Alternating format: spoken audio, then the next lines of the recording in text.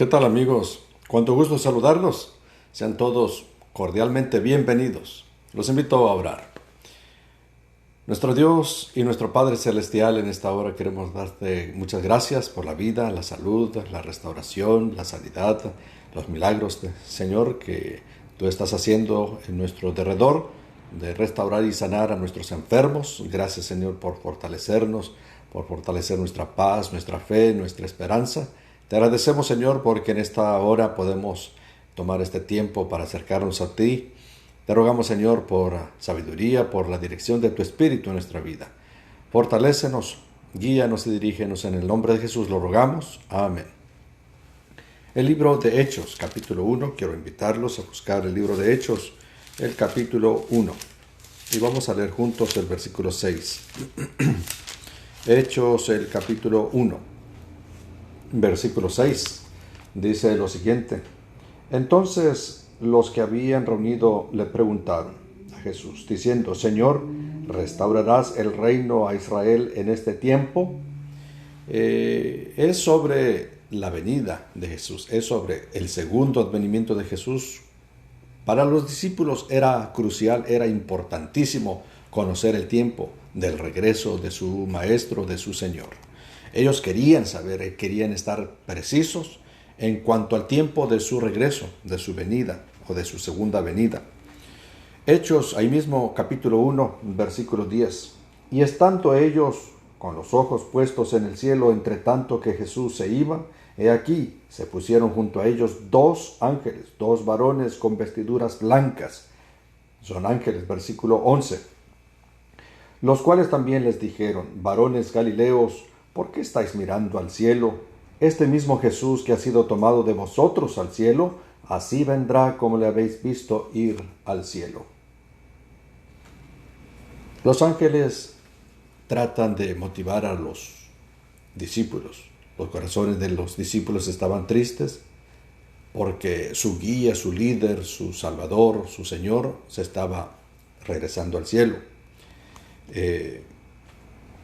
Y los ángeles les dicen que de la misma manera como Jesucristo asciende visiblemente a los cielos, de la misma manera o de la misma forma regresará de una manera visible. Y hay muchísimos textos que no vamos a tocar ahorita por causa del tiempo, pero Él vendrá en la gloria del Padre, con gran poder, dice, y grande gloria.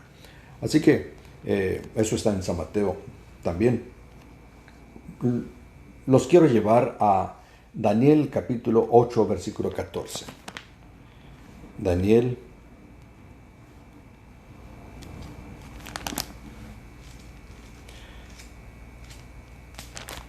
y estoy tocando este tema porque hoy es un día muy especial para los adventistas del séptimo día. Para los adventistas del séptimo día, este es un evento que se recuerda del surgimiento de los adventistas del séptimo día.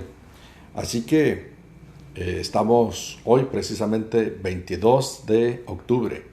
Así que los que conocen el tema o los que hayan escuchado sobre el tema recordarán que esta es una época muy especial, una fecha muy particular, histórico, porque es ahí donde nace la iglesia adventista del séptimo día, una iglesia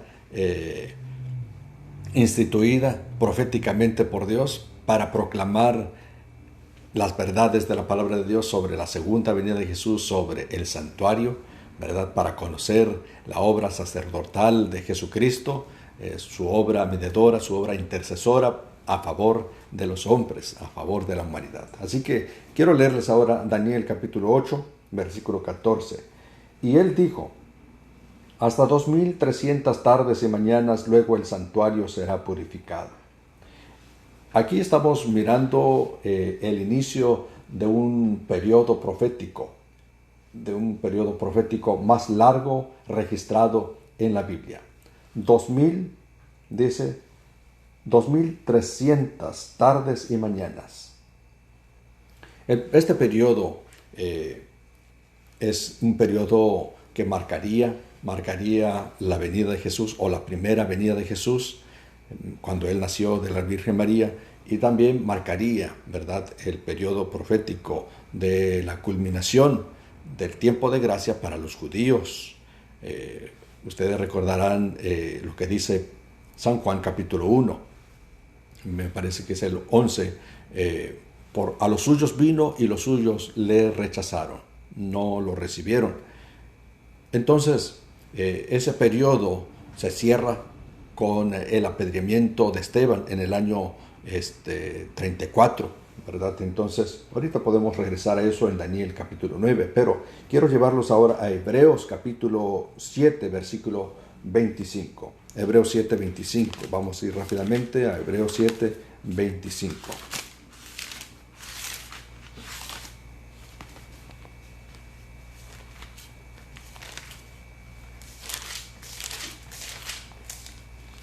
Dice la palabra de Dios lo siguiente: por lo cual puede también salvar perpetuamente a los que por él se acercan a Dios, viviendo siempre para interceder por ellos.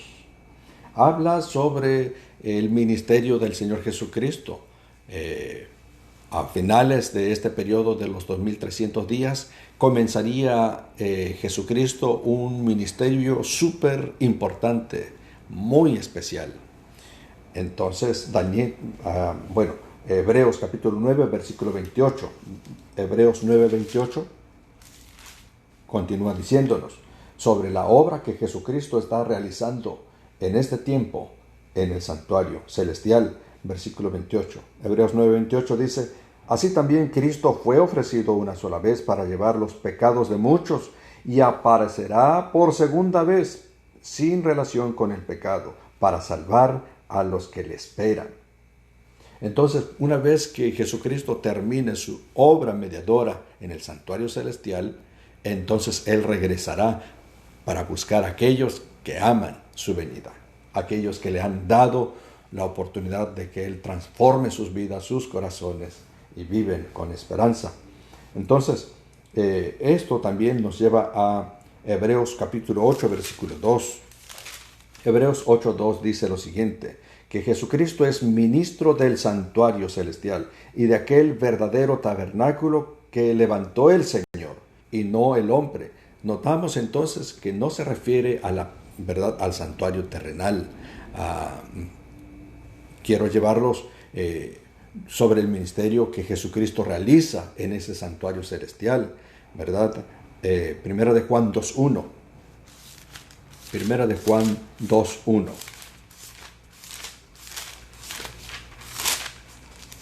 Dice lo siguiente, Primera de Juan 2:1: hijitos míos, estas cosas os escribo para que no pequéis, y si alguno hubiere pecado, abogado tenemos para con el Padre, a Jesucristo el justo.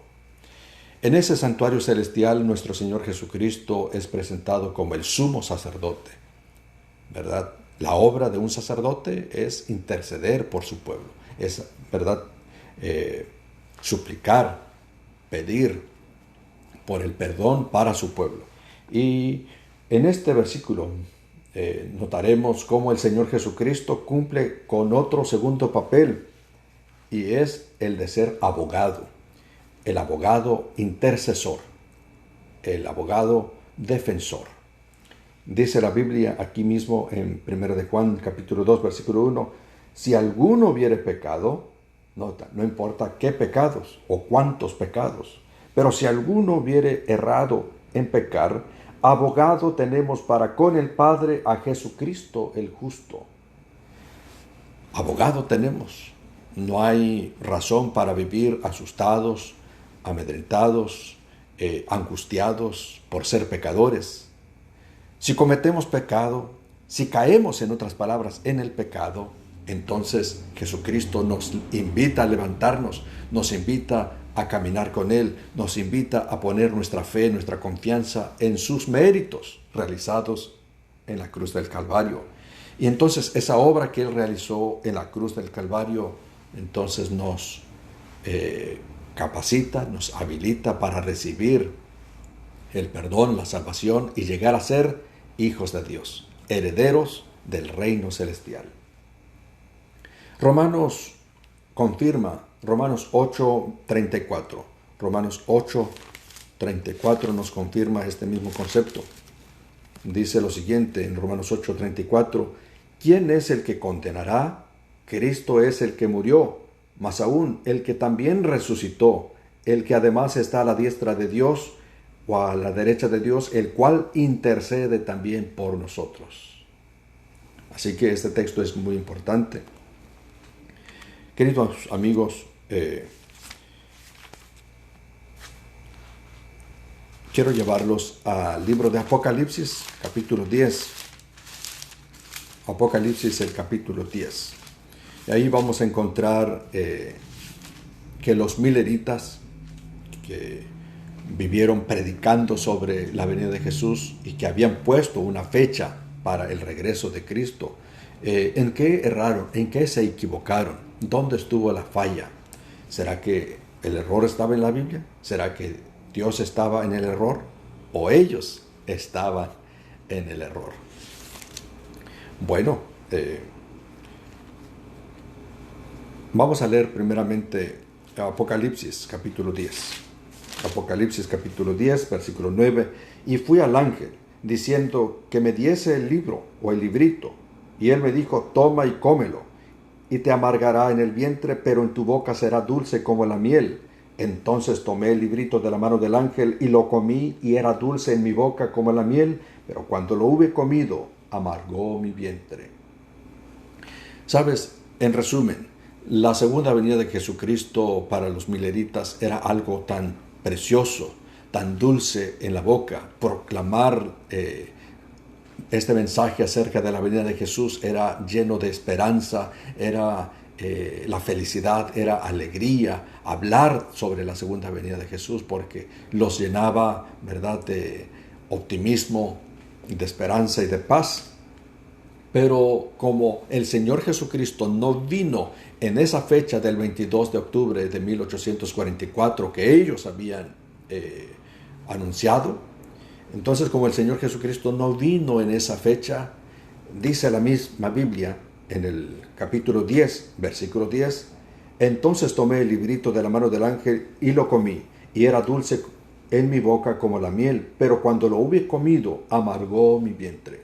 Entonces, el hecho de que el Señor Jesucristo no regresara el 22 de octubre de 1844, esto amargó la experiencia, los llenó de amargura, de tristeza, de dolor, de decepción. Pero, queridos amigos, si leemos un poquito antes, vamos a encontrar en el mismo versículo 9, o el versículo 11, si me permites, versículo 11. Y él me dijo: es necesario, en otras palabras, es imperativo, es importantísimo, que profetices otra vez sobre muchos pueblos, naciones y lenguas y reyes. Sí.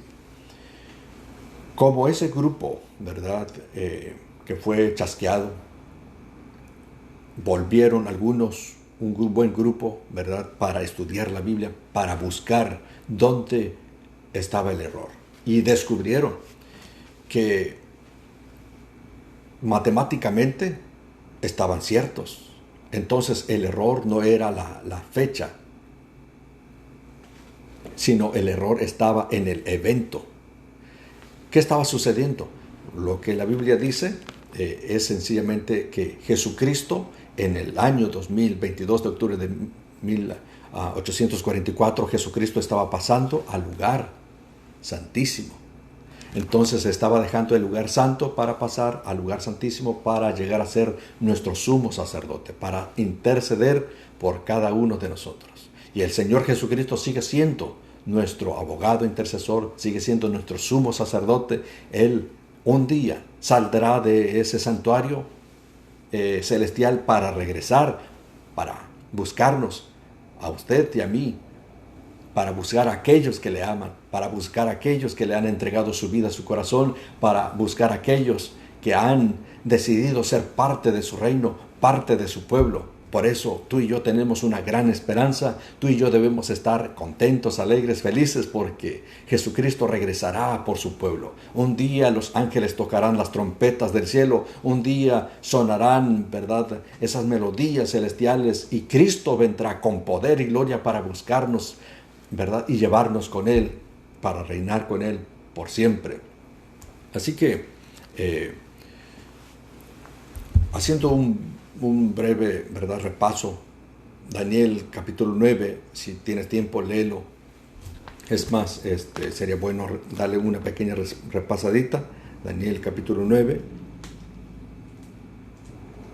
dice lo siguiente, en el versículo 25: Sabe pues y entiende que desde la salida de la orden para restaurar y edificar a Jerusalén hasta el Mesías príncipe, habrá 7 semanas y 62 semanas, se volverá a edificar la plaza y el muro en tiempos angustiosos.